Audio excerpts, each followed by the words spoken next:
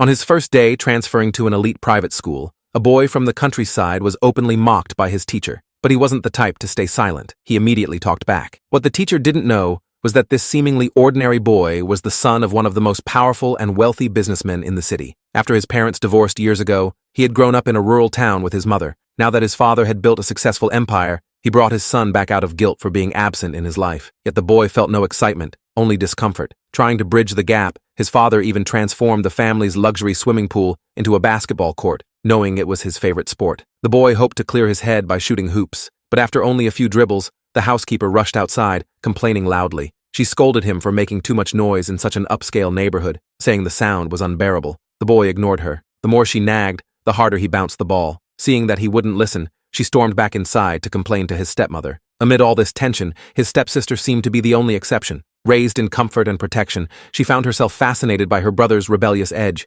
Every day after school, she waited so they could walk home together, trying to step into his world. But the boy kept his guard up. In his eyes, her kindness felt like something arranged by their parents, hoping to ease the tension and help him with school. Their father bought him the newest model computer as a gift. The girl looked at it with obvious envy. It was a model she didn't even own, yet the boy showed no excitement. He simply carried it straight to his room. As time passed, he slowly realized that she wasn't manipulative or calculating like he had assumed. Their relationship gradually improved. The thick wall between them began to melt, but peace didn't last long. One afternoon, the girl twisted her ankle after school. While she was struggling to walk, a group of delinquent boys noticed her and surrounded her. Their behavior made her uneasy. Her face turned pale with fear. Just as panic set in, a familiar figure appeared behind them. Without hesitation, the boy stepped out of the car and loosened his tie. All the frustration he had bottled up over the past few days seemed to find an outlet in that moment. He stood firmly between them and the girl, ready to protect the fragile flower who had grown up in a greenhouse.